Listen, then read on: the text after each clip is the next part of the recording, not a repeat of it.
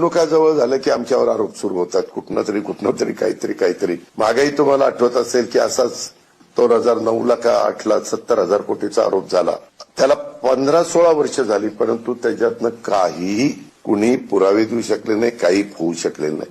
पण बदनामी तर आमची होती. कुणी पण उठायचं, ते असं झालं तसं झालं. अलीकड मीडियामध्ये बोलताना वेगवेगळे प्रवक्ते बोलतात, ते पण त्याच्यामध्ये करतात.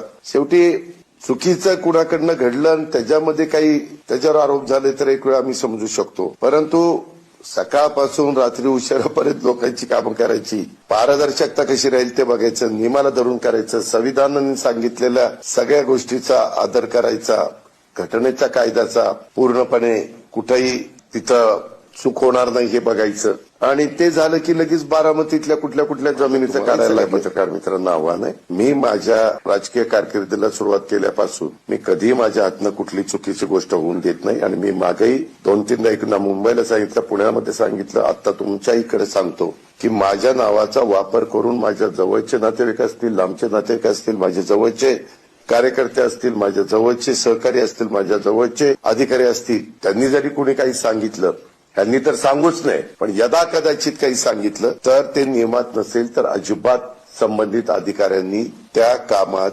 करता कामा नये. अजिबात कुठलाही दबावला ते बळी पडता कामा नये.